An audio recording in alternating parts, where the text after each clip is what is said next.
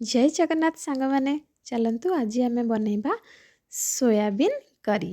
तो सोयाबीन करी मुझे देखु 2 ରୁ 3 टेबल स्पून नहीं आउ गोटे कप नहीं सोयाबीन। मु छोट छोट सोयाबीन नहीं आउ बड़ बड़ सोयाबीन भी मार्केट रे अवेलेबल अच्छे। जदि बड़ सोयाबीन नेबे तो हाफ कप नेबे।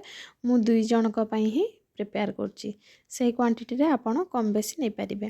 तो या मु तेल गरम हला परे हल्का फ्राई कर दीची। हल्का गोल्डन ब्राउन हला परे मु ताको बाहर कर नेची।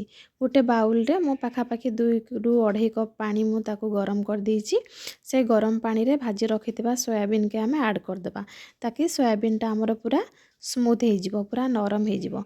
तापरे पुणी थरे कड़ाई रे मु 2 ରୁ 3 टेबल स्पून रिफाइन ऑयल देची। आ सेथिरे 2टा आलू छोट छोट काटिकी मु ताको फ्राई करची। आलूटा भाजिला बेले लुण आ हळदी लुण देची मु गोटे पिंच, हळदी भी देची गोटे पिंच। ये 2टा सारा मु ऐड करिकी ताको भलो भाबरे चलाचुली करदेबा आ ताको घोड़े देबा ताकि आलूटा हमर कम से कम 50 ରୁ 60% सिझी जिवो। आलूटा सिझिबा भितरे आमे एपटे पियाज, धनिया पत्र, टमाटो को काटी नेबा तार ग्रेवी प्रिपरेशन पई। तो मु नेची एठी फाळे पियाज आउ टिके धनिया नेची ता सहित गोटे टमाटो नेची। जेहेतु एटा हमर देसी टमाटो सीजनेबल टमाटोटा तेणु कि टिके खटालिया अंश अधिक अच्छे से मु गोटे टमाटो नेची। तो चलतु देखिबा हमर आलू केमती हिची। आलू तो पूरा बढ़िया भाबरे पूरा लाल लाल हेकी भाजी हो जाइछि। तो याको वर्तमान आमे बाहर कर नेबा। कड़ाई रे आउ किछि तेल देबा और 2 ରୁ 4 चामच मु तेल नहीं जाउची। जेहेतु आमे आलूटा को फ्राई कर दीचे, सोयाबीन को भी फ्राई करछे तेणु कि ग्रेवी बनेला बेले आमे अल्प तेल नेबा। तो तेल गरम हैला परे आमे पकई देबा पियाज। काटी रखिथिबा पियाज को ऐड करिकी ताको भलो भाबरे टिके भाजी देबा। पियाजटा हल्का गोल्डन ब्राउन हैला परे आमे सेथिरे लंका गुंड को ऐड करिबा। लंका गुंड आगे ऐड करिबा द्वारा कोन हबो ना हमर देखंतु कलरटा ग्रेवी रे बहुत सुंदर आसीताय, एकदम यूनिक कलर आसीबो। तो सेथिपे मु आगो लंका गुंडटा को ऐड करची। तापरे मु नै जेची हाफ टी स्पून हळदी गुंड आ half teaspoon curry powder एतिकी देकी ताको टिके भलो से भाजिला परे मु नेची गोटे तेजपत्र आउ काटी रखिथिबा टमाटो आउ नेची अदा रसुण पियाज ए सब को पेस्ट बनेकी टिके मु हल्का पेस्ट बनैथिली आउ ताको मु नै जेछि। ता सहित टिके लूण ऐड कर देछि ताकि मसलाटा हमर जल्दी सिझी जिवो। चीनी केवल बालांस पई गोटे पिंच रु भी कम चीनी मु देछि। ना को मात्र जो कहा जाए चीनी से टाइप रो ही पकेछि। आउ किछि मु होममेड गरम मसला जोटा कि मु निजे तैयारी करछि। होममेड गरम मसला सेथिरु मु देछि हाफ चामच। ये सब को भलो भाबरे गोला गोली करिकी ताको मिसई देबा। ताको आमे से पर्यंत कंटिन्यूअसली चलेइबा भाजिबा जे पर्यंत हमर ग्रेवीटा को थिकनेस न हेजी। जेते बेले आम ग्रेवीटा बहलिया हे जिवो आउ तार कलर मध्य पळै आसीबो। धीरे धीरे धीरे धीरे मसला रो तेलटा छाड़ी छाड़ी जिवो आउ पानी अंश पूरा ड्राई हे जिवो। से पर्यंत आमे मसलाटा को भाजिबा। ता भितरे कोन करबा आमे जो आलूटा को आगरु फ्राई करके रखथिले ताको मध्य आमे पकेइ देबा। जेहेतु एटा फ्राइड आलूटा तो याकू मसला सहित आमे जेतिकी कसिबा आलूटा सेतिकी जल्दी सिझी मध्य जिवो आउ टोटाल ग्रेवीटा को आलूटा ऑब्जर्व करूथबो। जदि आमे बॉयल आलू नौचे तो बॉयल आलू आमे जेते बड़े आमे सोयाबीन ऐड करिबा सेते बड़े ही बॉयल आलूटा को भी आमे ऐड करिबा।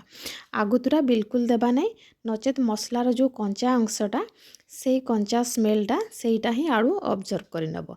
एटा हमर फ्राई आलू तो ये बिल्कुल भी हमर कंचा स्मेल आसीबो नै आ बहुत सुंदर हबो।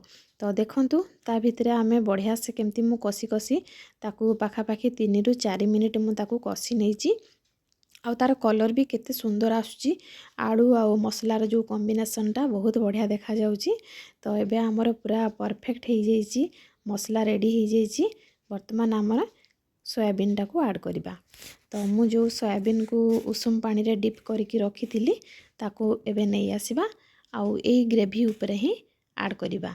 एई टाइम रे आमे गैस को लो टू मीडियम फ्लेम रे रखिबा। बिल्कुल भी हाई करिबा नै। हाई करिबा द्वारा मसलाटा तळ आडू हमर लागि जिवो। तो देखंतु मु सोयाबीन के ऐड कर देली। मसला रे हमर टोटाली पानी अंश टिके भी नथिला। सोयाबीन रे हमर जो पानी थिला हमर सेटा ही ବର୍ତ୍ତମାନ ଆଳୁ ସୋୟାବିନ୍ ଆଉ ମସଲା ये तीनटा सारा को परफेक्ट कंसिस्टेंस को से नहीं आसीबो।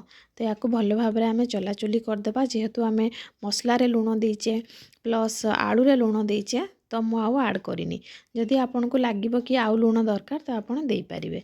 आउ एटा एते हेल्दी जो माने वेजिटेरियन तांको पई भी बहुत भलो आ जो माने नॉन वेजिटेरियन अछंती से माने भी याकू तो नॉर्मली खाउथबे किंतु जे वेजिटेबल चूजी लोक अछंती तांको पई एटा बहुत बढ़िया बहुत हाई प्रोटीन अछि एथिरे जो छुआ माने भी खाइबा को पसंद करनथिबे सोयाबीन टाकू ताकू आपण एई टाइप रो मसला ग्रेवी करके दियंतु बहुत टेस्टी लागिबो बिल्कुल हमर चिकन मटन टाइप रो ही टेस्ट आसुची देखंतु आउ निहाती आपण बनातु थरे घरे समस्त को खाइबा को दियंतु निजे खांतु टेस्ट केमती कोन लागुची निहाती शेयर करिवे।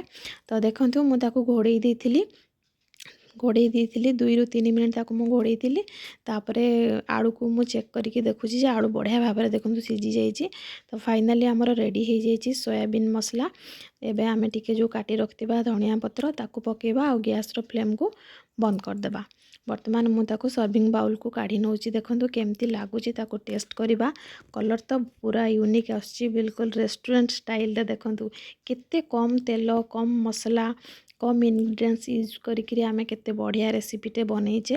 तो याकू ऑब्वियसली आपण समस्ते बनातु खातु मते तो बहुत टेस्टी लागिला। Thank you.